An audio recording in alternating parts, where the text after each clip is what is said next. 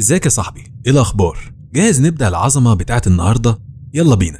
النهاردة بنبدأ حكاية جديدة، وهي حكاية تاكهومي وعمه يوسكي اللي بيصحى من غيبوبة بعد 17 سنة، وبيفاجئ اللي حواليه لما بيلاقوه بيتكلم لغة غريبة، وبيقول انه كان في عالم موازي اسمه مامل ولمدة 17 سنة. ولكن طبعا تاكافومي مش بيصدقه، فالعم بيحاول يخليه يصدقه وبيبدأ يقول تعويذة باللغة الغريبة دي، ولكن برضه مفيش حاجة بتحصل. فتاكهومي بيتجاهل اللي بيعمله وبيبدأ يقوله انه مفلس وانه مش هيعرف يعتني بيه كويس. وفي اللحظة دي التعويذة بتاعت العم بتشتغل والرياح بتهب في غرفة المستشفى، وتاكهومي بيصدق عمه فعلا.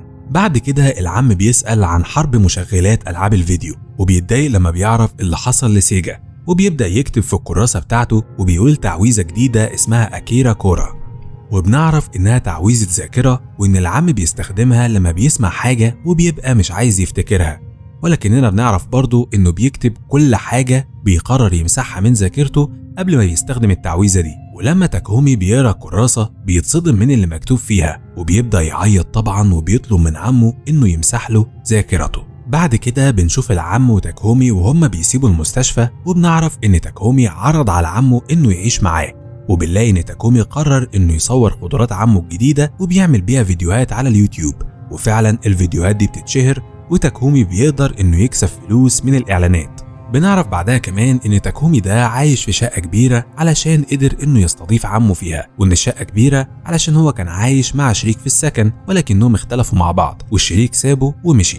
وبنلاقي ان العم بيبقى مش فاهم مبدأ شركاء السكن ده اصلا، ولكنه طبعا بينبهر لما بيفهمه وبيقرر انها فكرة عبقرية. بعد كده تاكهومي بيسأل عمه عن صحابه من العالم الموازي اللي بيحكي عليه ده، وهو بيقول له انه كان لوحده اغلب الوقت علشان كل الناس هناك كانوا بيعتبروه انه وحش، وانهم كمان كانوا بيغلسوا عليه وبيطردوه.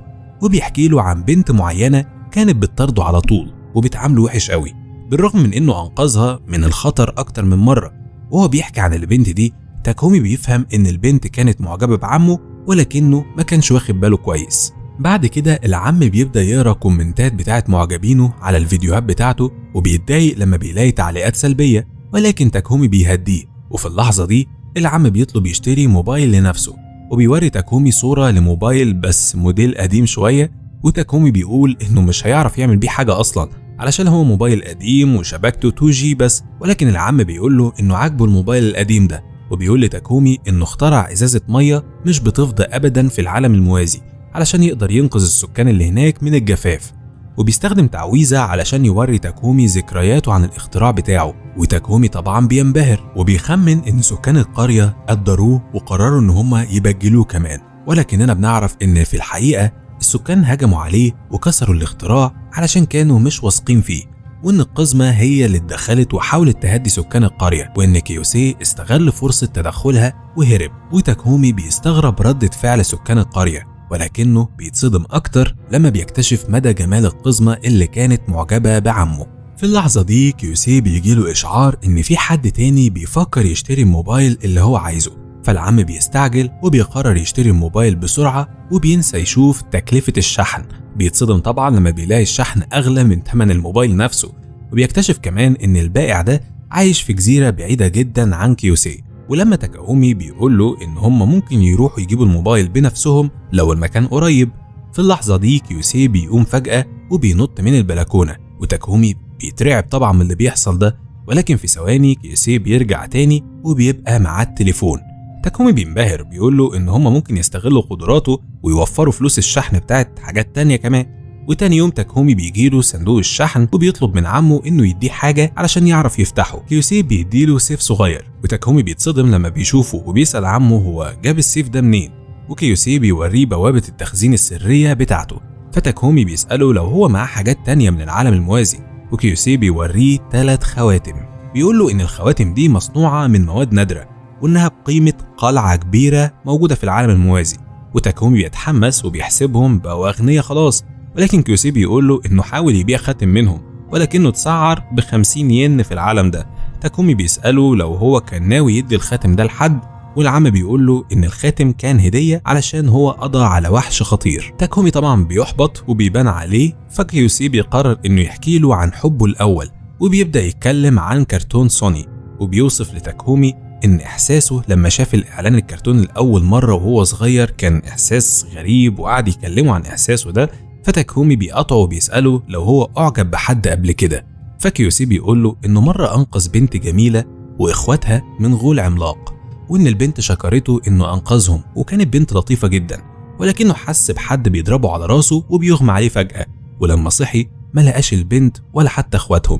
ولما تاكهومي بيشوف ذكريات عمه بيلاحظ إن البنت كانت خايفة منه، وإنها قعدت تتكلم معاه علشان تشتت انتباه حد من إخواتها يتسللوا ويضربوه على راسه من ورا. بعد كده تاكهومي بيشوف في ذكريات عمه إن القزمة أنقذته بعد موقف البنت وإخواتها، وإن هو علشان يشكرها اداها خاتم من خواتمه هدية يعني. وتاكهومي بيلاحظ إن القزمة برضه كانت مكسوفة وفرحانة جدا بالخاتم، وبيخمن إنها فكرت إن كيوسي كان بيتقدم لها بالخاتم ده. ولكننا بنشوف كمان صدمة القزمة لما كيوسي بياخد منها الخاتم تاني علشان يبيعه ويسدد بيه ديونه، وبنعرف إنها من ساعتها بتطارده في كل حتة. بعد كده كيوسي بيشيل السيف بتاعه من المخزن السري بتاعه، وتاكهومي بيجيله فكرة إن هم يستغلوا المخزن ده ويعملوا بيه فيديو جديد، وفعلا بينفذوا الفكرة والفيديو بيحقق 2 مليون مشاهدة. بعد أسبوع كيوسي بيستلم آخر عدد من مجلة سيجا، وبنلاقي إن تاكهومي مش مهتم بالموضوع. لما بنرجع لكيوسي بنلاقيه مصدوم إن لعبة الفيديو المفضلة ليه وهي جارديان هيروز حصلت على المركز 197، وبيزعل وبينط من البلكونة وبيطير تحت المطر. فجأة البرق بيخبطه ولكن كيوسي مش بيتأثر.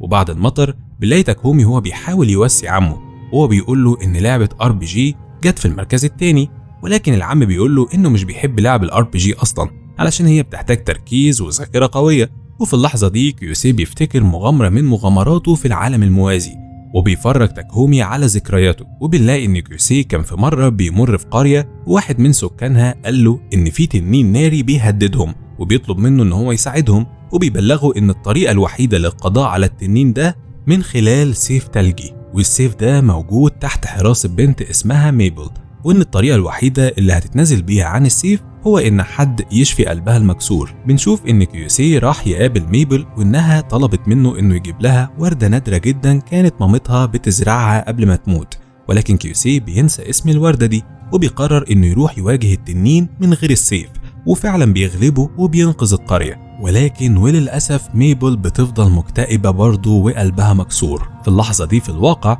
صندوق طلبات بيوصل لتاكهومي، وبنكتشف إنها لعب سيجا، وإن تاكهومي طلبها هدية لعمه. وكيوسي بيفرح بهديته جدا، وهو تاكهومي بيقضوا باقي اليوم وهم بيلعبوا مع بعض. وفي يوم راس السنة تاكهومي بيبقى عايز يعرف طريقة الاحتفال براس السنة اللي موجودة في العالم الموازي. كيوسي بيوريه ذكرياته، وتاكهومي بيلاقي كل الناس بيرقصوا وبيحتفلوا وبياكلوا مع بعض، ولكن كيوسي بيكون قاعد لوحده، وفي الآخر بيمشي وبيرجع لأوضته. تاكهومي طبعا بيصعب عليه عمه، وبيحاول ان هو يواسيه ويلعب معاه لعبته المفضلة، ولكن فجأة كيوسي بيقول له ان ميبل جت تزوره اليوم ده، وتاكهومي بيوقف اللعبة في ثانية وبيطلب من عمه انه يوريه الذكرى دي بالذات. في الذكرى بقى بنلاقي ميبل وهي بتسأل كيوسي هي ازاي ممكن تبقى شجاعة زيه. كيوسي بيديها خطاب طويل عريض عن الشجاعة، ولكنه لما بيعرف انها مش بتحب الناس بيشجعها انها تفضل زي ما هي. ولما ميبل بتعرض عليه السيف التلجي كيوسي بيرفضه علشان يبقى ساقع. وبعد الذكرى دي تاكهومي وعمه بيقضوا باقي اليوم وهم بياكلوا اندومي وبيلعبوا فيديو جيمز مع بعض. تاني يوم بنتعرف على واحدة اسمها فيوجيما، بنلاقيها بتعدي من قدام كيوسي اللي بيبقى قاعد على بنش في الشارع، وبنعرف انها خافت منه علشان بيكلم نفسه وبتحاول انها تبعد عنه. ولكنها في اللحظة دي بتقابل تاكهومي، وبنعرف ان هم كانوا زمايل ايام المدرسة، وتاكهومي بيعزمها على الغدا وهي بتوافق. لما فيوجيما بتوصل لبيت تاكهومي بتعرف انه نزل علشان يجيب الاكل، بتدخل تستنى جوه، وفجأة كيوسي بيهبط من السما في البلكونة. لما بيشوفها بيجري عليها علشان يمسح ذاكرتها بسرعة، ولكن في اللحظة دي تاكهومي بيوصل وبينقذها، وبيقول لعمه انها صاحبته من ايام الطفولة. فكيوسي طبعا بيعتذر، وبعد كده تاكهومي بيشرح لفيوجيما ان عمه عنده قدرات سحرية وانه يوتيوبر كمان، ولكنها بتتهم كيوسي انه مجنون وانه بيستغل تاكهومي، وبتقول لتاكهومي انه المفروض يبعد عن كيوسي ويكون حياة خاصة بيه. ولما كيوسي بيقول لها انها بتقول كده علشان هي معجبة بتاكهومي، فيوجيما بتنكر الكلام ده طبعا، ولكن كيوسي بينط بسرعة وراها وبيقرأ أفكارها. وبيكتشف إنها غيرت طقمها كذا مرة قبل ما تيجي لتاكهومي، وفيوجيما بتتكسف. في اللحظة دي جرس الباب بيرن وكيوسي بيروح عشان يفتح الباب، وفيوجيما بتنتهز الفرصة وبتقول لتاكهومي إنها هتساعده يهرب من عمه، ولكن تاكهومي مش بيفهمها أصلا. وفي يوم تاكهومي بيرجع البيت وبيلاقي فيوجيما موجودة في شقته ومعاها القزمة اللي بتطارد عمه، وطبعا بيتصدم. في اللحظة دي بنرجع ورا 75 دقيقة، بنلاقي تاكهومي بيقول لعمه إن فيوجيما جاية عشان تزورهم تاني، وفجأة بيلمح إيميلات عمه المتراكمة. لما بيسأل عليهم بيكتشف إن عمه مش بيعرف يقرأ إنجليش، وعلشان كده بيطنش كل رسايله. تاكهومي بيقراهم وبيقول له إن اليوتيوب غير شروطه، وإنه لازم يكون عنده 1000 مشترك في القناة بتاعته، وكمان 4000 ساعة من المشاهدات علشان يكسب من فيديوهاته. وبنعرف إن قناة كيسي ناقصها 200 مشترك علشان تحقق الشروط. تاكهومي بيكتشف إن عدد المشتركين قليل علشان العم بيرد على التعليقات كلها بطريقة وحشية جدا، وطريقة يعني مش كويسة خالص. فكيوسي طبعا بيتوتر وبيبدأ يحكي لتاكهومي عن المرة اللي الحصن بتاع المدينة المحصنة ده اتدمر وآلاف من الوحوش هجموا عليهم. فتاكهومي طبعا بيبقى عايز يشوف الذكرى دي، وكيوسي بيوريها له فعلا. تاكهومي بيتفرج على عمه وسكان المدينة وهم بيهجموا عليه، وبنعرف إن السكان بيبقوا خايفين من كيوسي جدا علشان بيشوفوه كغول، ولكن القزمة بتظهر وبتقول لهم إن هو مش غول ولا حاجة، وبتأكد لهم إن هو لو غول فإن الحصن ده كان هيموته. وبنعرف إن الحصن بيحمي السكان من الكائنات الخارقة والخطيرة. فكيوسي علشان يأكد كلامها بيطلع سيوفه وبيضرب الحصن وبيدمره، وتاكهومي بيتصدم طبعا لما بيشوف اللي عمه عمله، وبيسأله هو دمر الحصن ليه، وعمه بيقول له إنه كان عايز يقيس قوة الحصن. وفي المدينة بنلاقي مجموعة من الوحوش بيهجموا عليها، والقزمة بتحضر نفسها للقتال. بتطلع السيف بتاعها وبتهجم على الوحوش الموجودة، ولكنها قبل ما بتوصل لهم الحصن بيتشكل مرة تانية وهي بتخبط فيه وبتقع. وبنكتشف إن كيوسي استخدم سحره لإعادة تشكيل الحصن، وسكان المدينة بيشكوا في كيوسي أكتر وأكتر، والقزمة بتهديهم تاني، وفي المقابل بتطلب من كيوسي إنه يفسحها. وتاكهومي بعد كده بيفرح طبعا باللي هو بيشوفه والذكريات اللي بتحصل دي، بس في الآخر بيتصدم لما بيكتشف إن عمه هرب وساب المدينة بالليل علشان يهرب من القزمة.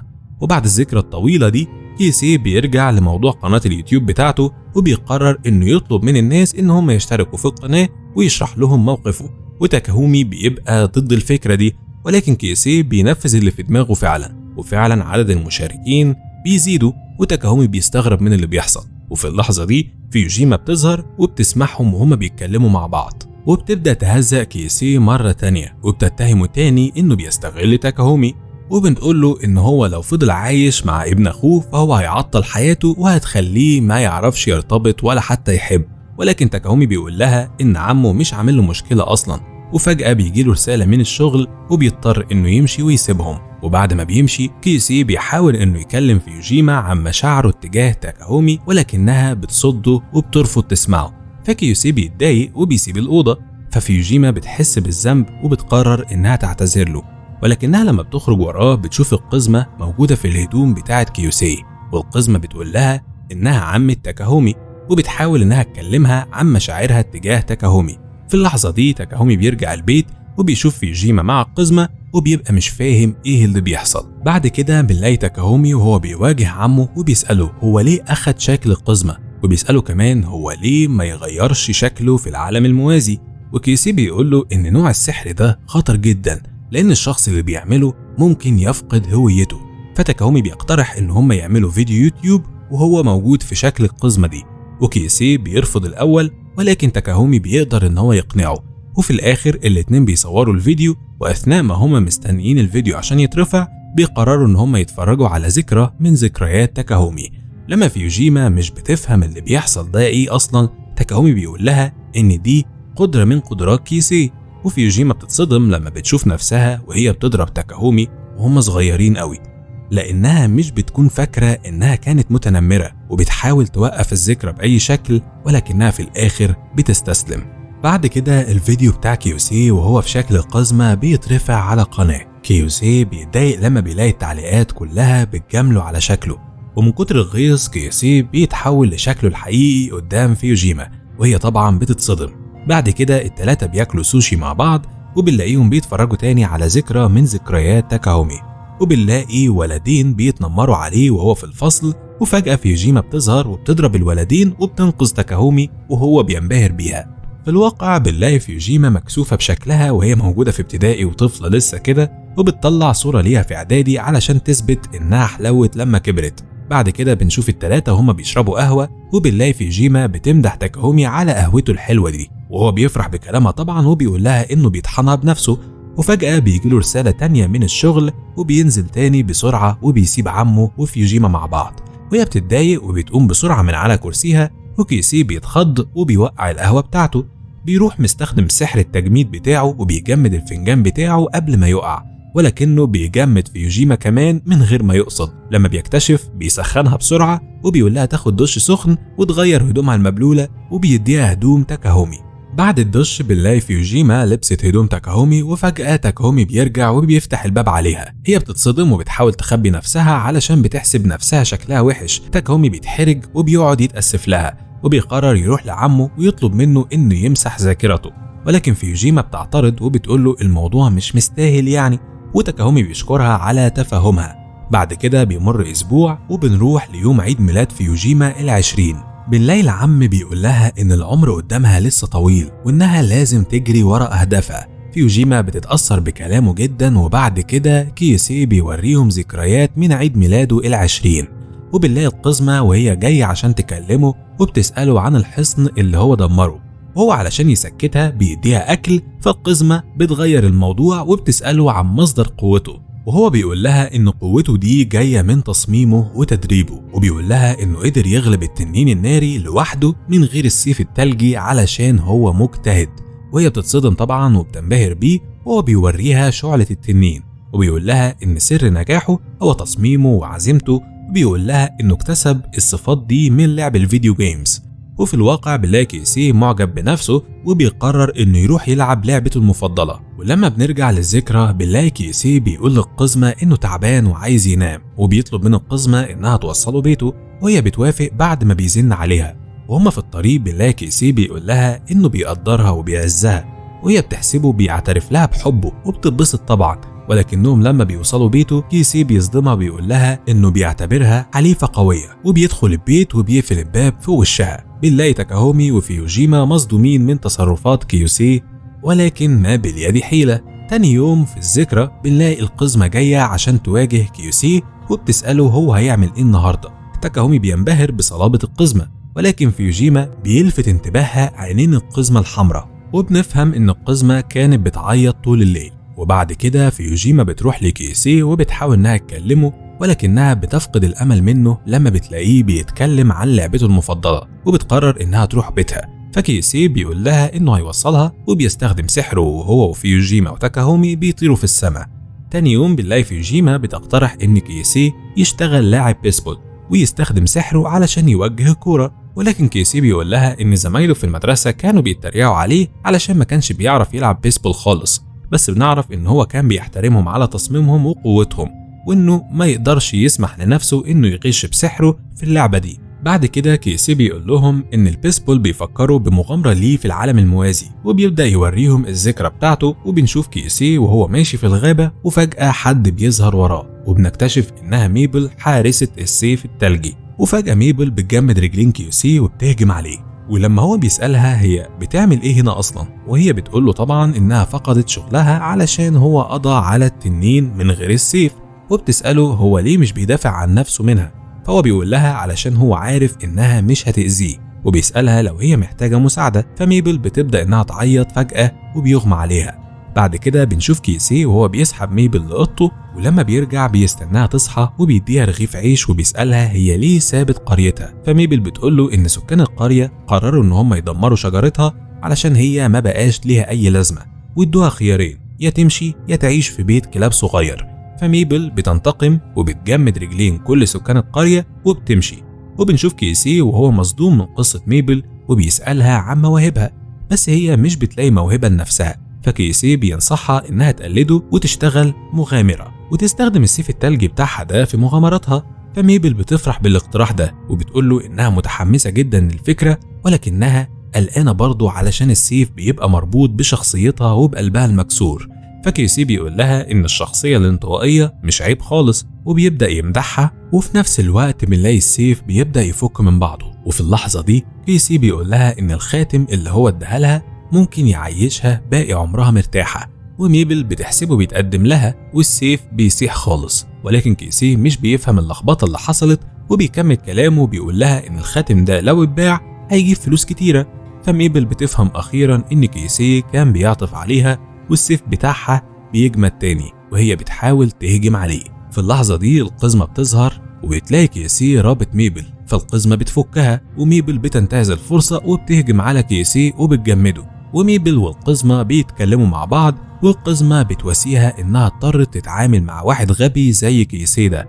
وميبل بتبدأ تحكي لها قصة القبيلة الثلجية وبتقول لها إن زمان واحد من الساموراي جالهم من عالم مختلف وطلب سيف عشان يساعده يقضي على أقوى الوحوش. وفجأة القزمة بتقطع القصة وبتقول إنها قرتها قبل كده في كتاب تاريخ. وميبل بتتقمص وبتعيط وبتنهار إن قصتها اتقطعت، والقزمة بتضطر إنها تواسيها تاني. ولما بنرجع لكيسي في الواقع بنلاقيه متضايق إنه ما اتعرضش عليه سيف قوي. تاكاهومي بيطلب من كيسي إنه يوريهم أول ذكرى ليه في العالم الموازي، وبنلاقي كيسي وهو بيصحى في العالم الموازي وبيحاول إنه يكلم مجموعة من الرجالة هناك، ولكنهم بيهجموا عليه وبيضربوه. وفجأة صوت عالي بيسأل كيسي عن القدرة الخاصة اللي هيختارها في العالم ده. كيسي بيطلب القدرة على التواصل مع سكان العالم الموازي علشان كان بيحسب إنه لو قدر يكلمهم فهم هيعاملوه كويس، ولكن طبعا الرجالة اللي هجموا عليه بيربطوه وبيقرروا إن هم يبيعوه بصفته غول متكلم ونادر.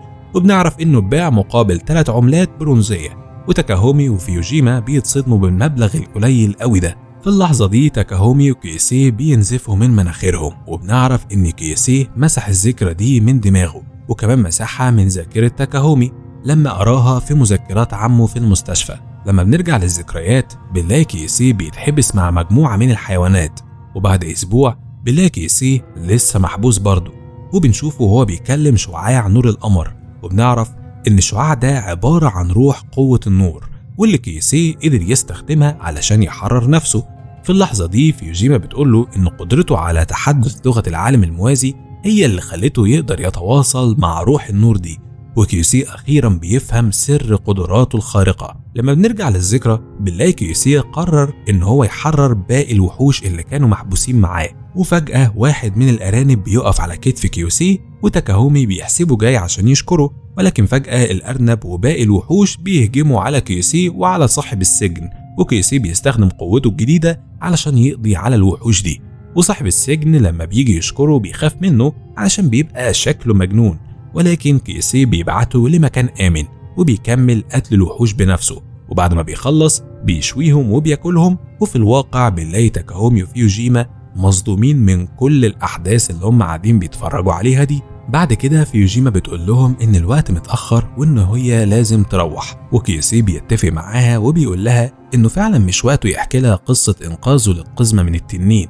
ففيوجيما بتغير رأيها وبتتصل بأهلها وبتقول لهم إن هم ياكلوا من غيرها. وبعد كده كيسي بيبدأ يوريهم ذكرياته عن معركته مع التنين السام اللي كان بيهجم على القزمة. وبنعرف إن كيسي قضى عليه بضربة واحدة بعد ما القزمة ضعفته. ولما كيسي بيجي يكلم القزمة بتبدأ إنها تخاف وبتطلع سيفها عليه، ولكنها بتطمن له لما بيديها الجاكيت بتاعه وبتشيل سيفها في بوابة التخزين بتاعها. كيسي طبعا بيتخض وبيحسبها إنها طعنت نفسها وبيجري عليها وبيفحصها. القزمة بتتحرج وبتزعق له وبتجري، وكيسي بيقول لهم إن دي كانت بداية علاقتهم الغريبة. بعد كده فيوجيما بتسأل كيسي عن اللي حصل له بعد ما اتجمد، وكيسي بيوريهم ذكرياته وهو نايم وكان في حالة وجع وقاعد على السرير بعد ما التلج ساح. وبنكتشف إن ميبل والقزمة فضلوا معاه لحد ما يتعافى. وفجأة ميبل بتبدأ تعيط وهي نايمة وبتنادي مامتها، والقزمة بتصحيها. وميبل بتقول لهم إنها مش عايزة تشتغل، فكيسي بيفكرها بموضوع الخاتم القديم، ولكنها برضه بتتردد علشان ما عندهاش خبرة في البيع. فالقزمة بتعرض عليها إنها تساعدها، ولكن ميبل بتقول لها إنها عايزة تحتفظ بالخاتم شوية كمان. وكيسي بيقترح على القزمة إنها تتبنى ميبل لحد ما تتشجع وتقدر تواجه العالم لوحدها. بعد كده بنشوف كيوسي وميبل والقزمة بيفطروا مع بعض، وميبل بتسأل القزمة وكيوسي عن اسمهم، ولكن القزمة مش بتقول لها غير إنها قزمة وإن مهمتها هي جمع الآثار القديمة. وكيوسي بيعرف نفسه كولف جانج وبيقول إنه زائر من بلد بعيدة، وتاكاهومي بيسأل عمه عن اسمه المزيف وهو بيقول له إنه كان خايف يقول اسمه الحقيقي لحد. بعد كده القزمة بتقول لهم إنها هتروح تشتري خاتمها تاني من المكان اللي باعته فيه، وتاكاهومي وفيوجيما بيفهموا إنها غيرانة من ميبل، وكيوسي بيقول لهم إن هو هيروح يستكشف عرين وحوش معروف وقريب منهم، وميبل بتعرض إنها تساعده بعد ما تنام شوية. وفي الواقع كيوسي بيقول إن الوقت اتأخر، وفيوجيما بتقول إنها جعانة، فكيوسي بيعمل لهم اندومي. وبس كده، لحد هنا بتنتهي حلقة النهاردة. نتمنى انها تكون عجبتكم. لو عجبتكم فعلا ما تنسوش تعملوا لايك، شير، سبسكرايب، تفعلوا زر الجرس علشان يوصلكم كل جديد، وسلام.